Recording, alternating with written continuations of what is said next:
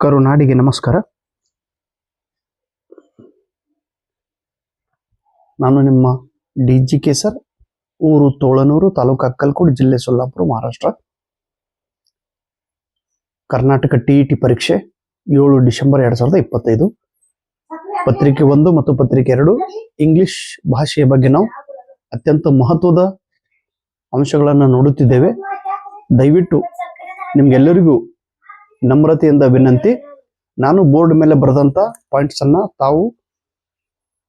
ತಾವೆಲ್ಲರೂ ಅಂದ್ರೆ ನೀವೆಲ್ಲರೂ ನಿಮ್ಮ ನೋಟ್ಬುಕ್ದಲ್ಲಿ ಬರೆದುಕೊಳ್ಳಬೇಕು. ಕಂಪ್ಲೀಟ್ ಆಗಿ ಬೋರ್ಡ್ ಮೇಲೆ ಬರೆದಂತ ಪಾಯಿಂಟ್ಸ್ಗಳನ್ನ ನಿಮ್ಮ ನೋಟ್ಬುಕ್ದೊಳಗೆ ಕಲರ್ ಪೆನ್ನಲ್ಲಿ ಬರೆಯಬೇಕು. ಕಲರ್ ಪೆನ್ ಅನ್ನ ಯೂಸ್ ಮಾಡ್ರಿ. ಇದು ಒಂದು ಶಬ್ದ ಕಲರ್ ಪೆನ್ನಿಲ್ಲೇ, ಆಮೇಲೆ ಮುಂದಿದ್ದು ಬ್ಲೂ ಪೆನ್ನಿಲ್ಲೇ ಬರೆಯಬೇಕು. ನಾನು ಎಷ್ಟು ಬರೆದಿರ್ತೀನೋ ಇಷ್ಟನ್ನೇ ಬರೆದು ಇದನ್ನೇ ರಿಪೀಟ್ ರಿವಿಷನ್ ಮಾಡ್ರಿ ಸಾಕು. ಇದಕ್ಕಿಂತ ಹೆಚ್ಚಿಗೆ ಓದುವ ಅವಶ್ಯಕತೆ ಇಲ್ಲ. Guarantee will get good marks. So ಸ್ವಲ್ಪ ಸಾವಕಾಶ ಆವಾಜ್ ಮಾಡ್ರಿ. ಸಂಗೀತ ಸ್ವಲ್ಪ ಸಾವಕಾಶ ಮಾತಾಡ್ರಿ ಎಲ್ಲರೂ.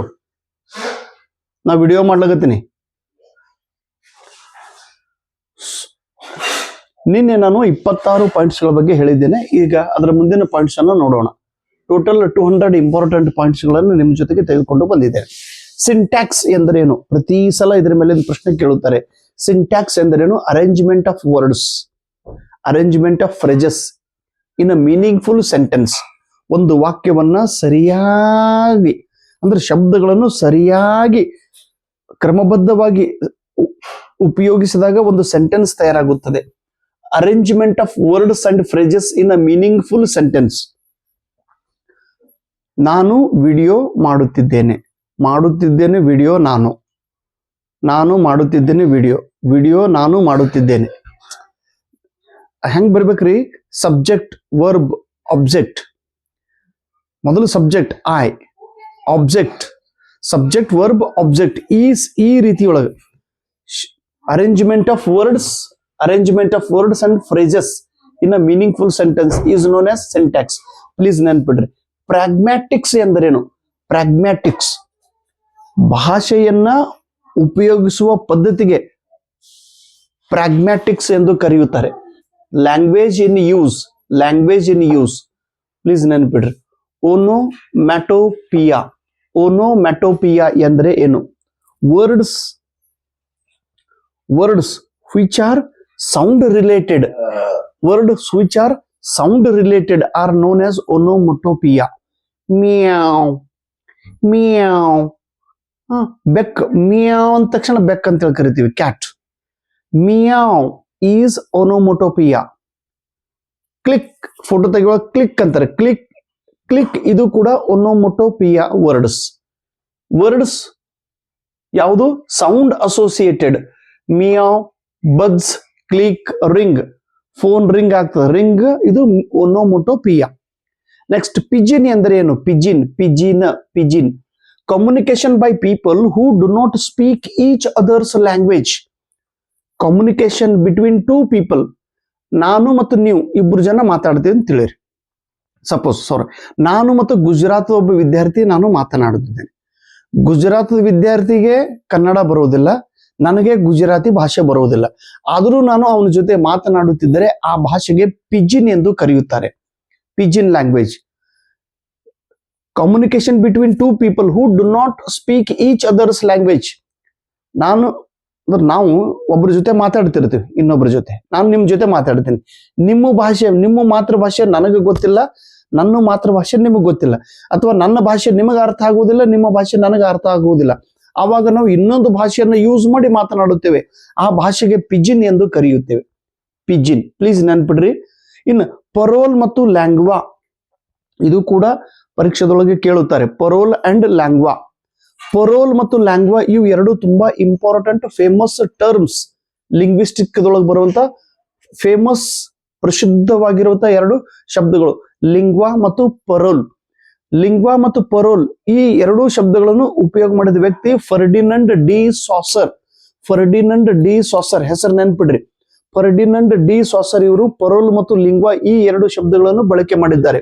ಇವ್ರು ಏನ್ ಹೇಳ್ತಾರ್ರಿ, ಪರೋಲ್ ಎಂದರೆ linguistic performance of an individual. Linguistic performance of an individual. ಒಬ್ಬ ವ್ಯಕ್ತಿಯು ಒಂದು ಭಾಷೆನ ಯಾವ ರೀತಿಯಲ್ಲಿ ಬಳಕೆ ಮಾಡಿಕೊಳ್ಳುತ್ತಾನೆ. ಈ ಕನ್ನಡ ಭಾಷೆ ಐತಿ, ಕನ್ನಡ ಭಾಷೆನ ನಾನು ಹೇಗೆ ಬಳಕೆ ಮಾಡುತ್ತಿದ್ದೇನೆ. The linguistic performance of an individual. Kannada ಭಾಷೆನ ಐತಿ, ನಾನು ಯೂಸ್ ಮಾಡೋದು.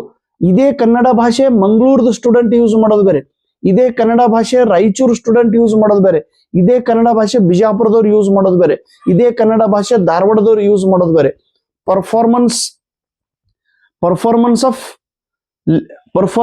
Linguistic performance of individual. ವ್ಯಕ್ತಿಯು ಮಾತನಾಡುವ ಭಾಷೆ, ಪ್ರತ್ಯಕ್ಷವಾಗಿ ಮಾತನಾಡುವ ಭಾಷೆಗೆ ಪರೋಲ್ ಎಂದು ಕರೆಯುತ್ತಾರೆ. ಹಿಂಗ್ ಹೇಳಿದವ್ರು ಯಾರು? ಫರ್ಡಿನಂಡ್ D saucer. Again ಫರ್ಡಿನಂಡ್ D saucer is used another term. ಏನಂತಾರೆ? ಲ್ಯಾಂಗ್ವಾ. ಲ್ಯಾಂಗ್ವಾ means what? An abstract system of language. Abstract system of language. Rules and regulations and grammar. ಒಂದು ಭಾಷೆ ಹೇಗೆ ನಿರ್ಮಿತಿ ಆಯಿತು, ಭಾಷೆಯ ನಿರ್ಮಿತಿ, ಭಾಷೆಯ ಉಪಯೋಗದ ನಿಯಮಗಳು, ಇದು ಭಾಷೆಯ ಉಪಯೋಗದ ನಿಯಮಗಳ ಬಗ್ಗೆ ಲ್ಯಾಂಗ್ವಾ ಹೇಳುತ್ತದೆ. ಇದು ಪ್ರತ್ಯಕ್ಷವಾಗಿ ಉಪಯೋಗಿಸುವ ನಿಯಮ ಹೇಳುತ್ತದೆ. ಈಗ ಸಪೋಸ್ ಒಂದು ಚೆಸ್ ಇರ್ತದೆ, ಚೆಸ್ ಅನ್ನ ಹೇಗೆ ಆಟ ಆಡಬೇಕು ಅನ್ನೋದು ನಿಯಮ ಹೇಳೋದು ಲ್ಯಾಂಗ್ವಾ. ಆ ಚೆಸ್ ಅನ್ನ ಆಟ ಆಡುವಾಗ ನಾವು ಹೇಗೆ ಮೂವ್ಮೆಂಟ್ ಮಾಡೋದು ಅದು ಪರೋಲ್. ನೆನಪಿಡ್ತೀರಿ? ಪರೋಲ್ ಮತ್ತು ಲ್ಯಾಂಗ್ವಾ ದಯವಿಟ್ಟು ನೆನಪಿಡ್ರಿ, TET ಪರೀಕ್ಷೆಗಳ ಪ್ರಶ್ನೆ ಕೇಳುತ್ತಾರೆ. ಇನ್ನು ಲಿಂಗ್ವಿಸ್ಟಿಕ್ ಕಾಂಪಿಟೆನ್ಸ್, ಭಾಷೆಯ ಸಾಮರ್ಥ್ಯ. Linguistic knowledge by a native speaker. Kannada ಇದು ನನ್ನ ಮಾತೃಭಾಷೆ. Okay, I am a native speaker. England ವ್ಯಕ್ತಿ ಕನ್ನಡ ಭಾಷೆ ಮಾತಾಡ್ತಿದ್ದಂದ್ರ ಅವನು ನೇಟಿವ್ ಸ್ಪೀಕರ್ ಅಲ್ಲ. ನಾನು ಕನ್ನಡ ಭಾಷೆ ಮಾತಾಡ್ತೀನಿ, ನಾನು ಇದೇ ಊರದವನು, ನಾನು ಇದೇ ರಾಜ್ಯದವನು, ನಾನು ಇದೇ ನಾಡಿನವನು, ನೇಟಿವ್ ಸ್ಪೀಕರ್. ಸೊ ಕನ್ನಡ ಭಾಷೆಯ ಬಗ್ಗೆ ನನಗಿರುವ ಜ್ಞಾನಕ್ಕೆ ಲಿಂಗ್ವಿಸ್ಟಿಕ್ ಕಾಂಪಿಟೆನ್ಸ್ ಎಂದು ಕರೆಯುತ್ತಾರೆ. ಲಿಂಗ್ವಿಸ್ಟಿಕ್ ನಾಲೆಜ್, ಭಾಷೆಯ ಬಗ್ಗೆ ಇರುವ ಜ್ಞಾನ by a native speaker, linguistic competence. Dialect ಅಂದ್ರೆ ನಾವು ಉಪಭಾಷೆ ಅಂತ ಹೇಳಿ ಕರಿತೀವಿ. ಡೈಲೆಕ್ಟ್ ಈ ಡೈಲೆಕ್ಟ್ದೊಳಗನು ಈಗ ಸಪೋಸ್ ಇಲ್ಲಿ ಮಹಾರಾಷ್ಟ್ರದೊಳಗ ಪುಣೆ ಮರಾಠಿ ಬೇರೆ, ಶುದ್ಧ ಮರಾಠಿ ಅಂತ ಹೇಳಿ ಕರೀತಾರೆ ಪುಣೆ ಮರಾಠಿ. ಸೊಲ್ಲಾಪುರ ಮರಾಠಿನೇ ಬೇರೆ, ಸೊಲ್ಲಾಪುರದೊಳಗೆಲ್ಲ ಮಿಕ್ಸಿಂಗ್ ಮರಾಠಿ ಐತಿ. ಮುಂಬೈ ಮರಾಠಿನೇ ಬೇರೆ, ನಾಗ್ಪುರದ ಮರಾಠಿ ಬೇರೆ, ಈ ಕಡೆ ಕೊಂಕಣಿ ಏರಿಯಾದು ರತ್ನಗಿರಿ ಕೊಲ್ಲಾಪುರ ಈ ಸೈಡ್ದು ಮರಾಠಿ ಬೇರೆ. ಹಾಗ ಕನ್ನಡ ಕೂಡ ಉತ್ತರ ಕರ್ನಾಟಕದ ಭಾಷೆ ಬೇರೆ, ದಕ್ಷಿಣ ಕರ್ನಾಟಕದ ಭಾಷೆ ಬೇರೆ, ಉಡುಪಿ ಮಂಗಳೂರು ಅಲ್ಲಿಯೇ ಕನ್ನಡ ಬೇರೆ, ಉಂಟು ಅಂತೇಳಿ ಕರೀತಾರೆ. ಬಿಜಾಪುರದೊಳಗೆ ರೀ ಅಂತೇಳಿ ಕರೀತಾರೆ. ಆಮೇಲೆ ಕಲಬುರಗಿ ಭಾಷೆ ಬೇರೆ, ಮತ್ತ ಎಲ್ಲಿ ಮೈಸೂರು ಭಾಷೆ ಬೇರೆ. ಯವ್ವ ಯಾಕೆ ರಾಯಚೂರ್ದಾರೆ ಯಾಕೆ ಯಾದಗಿರಿ ಯವ್ವ ಅಂತ ಹೇಳ್ತಾರ. ಬೀದರ್ದ ಭಾಷೆನೇ ಬೇರೆ, ಬೀದರ್ ಸ್ವಲ್ಪ ಉರ್ದು ಮಿಕ್ಸಿತ್ ಅದ್ರಿ. ಉರ್ದು ಮತ್ತೆ ಹಿಂದಿ ಮಿಕ್ಸಿತ ಭಾಷೆ ಬೀದರ್ದೊಳಗೈತಿ. ಬೀದರ್ ಭಾಷೆ. ಹೀಗ ಭಾಷೆ ಒಂದು ಪ್ರದೇಶ, specific reason, specific place, specific social ಅಂದ್ರೆ ಕೆಲವೊಂದು ನಿರ್ದಿಷ್ಟ ಜನಾಂಗದ, ಕೆಲವೊಂದು ನಿರ್ದಿಷ್ಟ ಪ್ರದೇಶದ, ಕೆಲವೊಂದು ನಿರ್ದಿಷ್ಟ ಭಾಗದ ಭಾಷೆಗೆ ಉಪಭಾಷೆ ಡೈಲೆಕ್ಟ್ ಎಂದು ಕರೆಯುತ್ತೇವೆ. Specific area, region, social group, language is known as dialect. Please ನೆನ್ಪಿಡ್ರಿ. ಕ್ರಿಯೋಲ್ ಅಂದ್ರೆ ಏನು? ಕ್ರಿಯೋಲ್ ಇದು TET ಕೇಳುತ್ತಾರ. ಕ್ರಿಯೋಲ್ ಅಂದ್ರೆ ಏನು? Mixer of different language then create another language. ಬೇರೆ ಬೇರೆ ಭಾಷೆಗಳನ್ನು ಮಿಕ್ಸ್ ಮಾಡಿ ಒಂದು ಭಾಷೆ ತಯಾರಾಗುತ್ತದೆ. ಅದಕ್ಕೆ ಕ್ರಿಯೋಲ್ ಎಂದು ಕರೆಯುತ್ತಾರೆ. ಸಾವಕಾಶ ಕ್ರಿಯೋಲ್ ಎಂದು ಕರೆಯುತ್ತಾರೆ. ಈ ಯುರೋಪಿಯನ್ ಭಾಷೆ, ಯುರೋಪಿಯನ್ದವ್ರು ಏನ್ ಮಾಡಿದ್ರು, ಎಲ್ಲಿ ವೆಸ್ಟ್ ಇಂಡೀಸ್ಗೆ ಹೋಗಿದ್ರು ಆ ಭಾಗಕ್ಕೆ. ಈ ಯುರೋಪಿಯನ್ ಜನರ ಭಾಷೆ ಮತ್ತು ಆ ಲೋಕಲ್ ಜನರ ಭಾಷೆ ಎಲ್ಲ ಮಿಕ್ಸ್ ಆಗಿ ಒಂದು ಹೊಸ ಭಾಷೆ ತಯಾರು ಮಾಡಿತ್ತು. ಕ್ರಿಯೋಲ್ ಭಾಷೆ ಅಂತ ಕರೆಯುತ್ತಾರೆ. ಕ್ಯಾರಿಬಿಯನ್, ವೆಸ್ಟ್ ಇಂಡೀಸ್ದೊಳಗೆ ಉಪಯೋಗ ಮಾಡುವಂತ ಇದೊಂದು ಭಾಷೆ. Mixer of different language. ಮಾರ್ಫಿಮ್ ಅಂದ್ರೆ ಏನು? ಮಾರ್ಫಿಮ್ ಅಂದ್ರೆ smaller meaningful unit of language. ಭಾಷೆಯ ಒಂದು ಚಿಕ್ಕ ಘಟಕ, ಆ ಚಿಕ್ಕ ಘಟಕವು ಅರ್ಥಪೂರ್ಣವಾಗಿರುತ್ತದೆ, ಅದಕ್ಕೆ ಮಾರ್ಫಿಮ್ ಎಂದು ಕರೆಯುತ್ತಾರೆ. Thankful, full. ಇನ್ನು ಮಾರ್ಫಿಮ್ದೊಳಗೆ ಎರಡು ಪ್ರಕಾರ ಅದಾವ್ರಿ, ಫ್ರೀ ಮಾರ್ಫಿಮ್ ಮತ್ತು ಬೌಂಡ್ ಮಾರ್ಫಿಮ್. ಬೌಂಡ್ ಅಂದ್ರೆ ನಾವೇನು ಕರಿತೀವಿ, ಬೌಂಡ್ ಅಂದ್ರೆ ಅದಕ್ಕೆ ಅದ್ರ ಮೇಲೆ ಬಂಧನ ಹೇರಿದಂತ ಅದು ಬೌಂಡ್ ಅಂದ್ರೆ ಅದು ನಾವೇನು ಕರಿತೀವಿ ಬಂಧನದಿಂದ ಕೂಡಿದ. ಇದು ಫ್ರೀ, ಇದು ಮುಕ್ತವಾಗಿರುವಂತ ಮಾರ್ಫಿಮ್. ಇನ್ನು ಫ್ರೀ ಮಾರ್ಫಿಮ್ದೊಳಗೆ ಏನೇನು ಬರ್ತೈತಿ ನೋಡ್ರಿ. Free ಮಾರ್ಫಿಮ್ದಲ್ಲಿ it includes open ಮಾರ್ಫಿಮ್ and closed ಮಾರ್ಫಿಮ್ಸ್. ಫ್ರೀದೊಳಗೆ ಇದ್ರ ಬಗ್ಗೆ ಆಮೇಲೆ ಡೀಟೇಲ್ ಆಗಿ ನೋಡೋಣ. ಜಸ್ಟ್ ಟೀಟ್ಗೆ ಏನ್ ಕೇಳ್ತಾರ ಅದಷ್ಟೇ. ಇದು ಸ್ವಲ್ಪ ಡೀಪ್, ಟೀಟ್ದೊಳಗೆ ಸ್ವಲ್ಪ ಡೀಪ್ ಇರುವಂತ ಪ್ರಶ್ನೆ ಇದು. ಓಪನ್ ಕ್ಲಾಸ್ ಮಾರ್ಫಿಮ್, ಓಪನ್ ಕ್ಲಾಸ್ ಮಾರ್ಫಿಮ್ದೊಳಗೆ ಯಾವ್ಯಾವ ಬರ್ತಾವ ನೋಡ್ರಿ. ವರ್ಬ್ ಬರ್ತೈತಿ, ನೌನ್ ಬರ್ತೈತಿ ಮತ್ತು ಅಡ್ಜೆಕ್ಟಿವ್. ನೌನ್, ವರ್ಬ್, ಅಡ್ಜೆಕ್ಟಿವ್ ಇವು ಮೂರೂ ಪ್ರಕಾರ ಓಪನ್ ಕ್ಲಾಸ್ ಮಾರ್ಫಿಮ್ದಲ್ಲಿ ಬರುತ್ತದೆ. ಕ್ಲೋಸ್ಡ್ ಕ್ಲಾಸ್ ಮಾರ್ಫಿಮ್ದಲ್ಲಿ ಕಂಜಂಕ್ಷನ್, ಪ್ರಿಪೊಸಿಷನ್ ಮತ್ತು ಡಿಟರ್ಮಿನೆಂಟ್ಸ್ ಇವು ಬರುತ್ತವೆ. ಅದಾದ ನಂತರ ಡಿಫ್ಥಾಂಗ್ ಎಂದರೆ ಏನು? ಡಿಫ್ಥಾಂಗ್ಸ್ ಇದ್ರ ಬಗ್ಗೆ ಕೂಡ ಟಿಇಟಿದೊಳಗೆ ಪ್ರಶ್ನೆ ಕೇಳುತ್ತಾರೆ. ಡಿಫ್ಥಾಂಗ್ ಇಂಗ್ಲಿಷ್ ಭಾಷೆಯಲ್ಲಿ ಅಷ್ಟು 8 ಡಿಫ್ಥಾಂಗ್ಗಳು ಇವೆ. ಡಿಫ್ಥಾಂಗ್ ಅದಕ್ಕೆ ನಾವು ಡಾಯ್ ಅಂದ್ರೆ ಡಾಯ್ ಅಂದ್ರೆ 2 ಥಾಂಗ್ಸ್, 2 ಸೌಂಡ್. ಒಂದು ಸೌಂಡ್ ನಿರ್ಮಿತಿ ಆಗಬೇಕಾದ್ರೆ 2 ವಾವೆಲ್ಸ್ ಕೂಡಿಸಿ ಒಂದು ಸೌಂಡ್ ನಿರ್ಮಿತಿ ಮಾಡುತ್ತಾರೆ. ಒಂದು ಧ್ವನಿಯ ನಿರ್ಮಿತಿ ಮಾಡುವಾಗ 2 ವಾವೆಲ್ಸ್ ಗಳನ್ನು ಉಪಯೋಗ ಮಾಡಿ, 2 ವಾವೆಲ್ಸ್ ಗಳನ್ನ ಕಾಂಬಿನೇಷನ್ ಮಾಡಿ, 2 ವಾವೆಲ್ಸ್ ಗಳನ್ನ ಮಿಕ್ಸ್ ಮಾಡಿ ಒಂದು ಸೌಂಡ್ ಅನ್ನ ನಿರ್ಮಿತಿ ಮಾಡುತ್ತಾರೆ.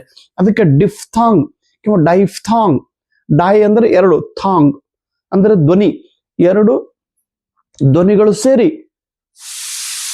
2 ವಾವೆಲ್ಸ್ಗಳು ಸೇರಿ ಒಂದು ಧ್ವನಿ ತಯಾರಾಗುತ್ತದೆ. ಅದಕ್ಕೆ ಡೈಫ್ಥಾಂಗ್ ಎಂದು ಕರೆಯುತ್ತಾರೆ. ಇವು ಎಷ್ಟು ಅದಾವ್ರಿ ಇಂಗ್ಲಿಷ್ದೊಳಗ? 8 ಅದಾವ, 8. ಇದ್ರ ಮೇಲಿಂದ ಪ್ರಶ್ನೆ ಕೇಳುತ್ತಾರೆ. ಸೊ ಪ್ಲೀಸ್ ನೀವು ಏನ್ ಮಾಡ್ರಿ, ನಾನು ಹೇಳ್ದಷ್ಟೇ ಪಾಯಿಂಟ್ಸ್ ಅನ್ನ ನೋಟ್ಬುಕ್ ಬರೆದು ಇದನ್ನೆಷ್ಟೇ ಓದ್ಕೊಂಡ್ಬಿಡ್ರಿ. ಹೆಚ್ಚಿಗೆ ಓದೋ ಅವಶ್ಯಕತೆ ಇಲ್ಲ.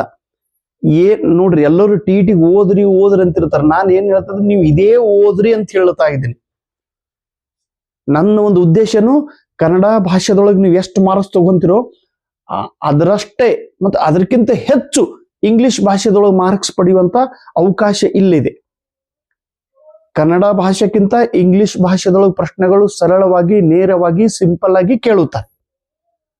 So I promise you you will get good marks. You will get even more marks then ಇನ್ ಕನ್ನಡ. ಕನ್ನಡಕ್ಕಿಂತ ಹೆಚ್ಚು ಇಂಗ್ಲಿಷಿನಲ್ಲಿ ಮಾರ್ಕ್ಸ್ ಪಡೆಯುವ ಅವಕಾಶ ಇದೆ. ಆ ಕೆಲಸ ನಾನು ಮಾಡುತ್ತೇನೆ. ನಾವು ನೀವು ಕೂಡಿ ಬೆಳೆಯೋಣ. Thank you. ನಮಸ್ಕಾರ.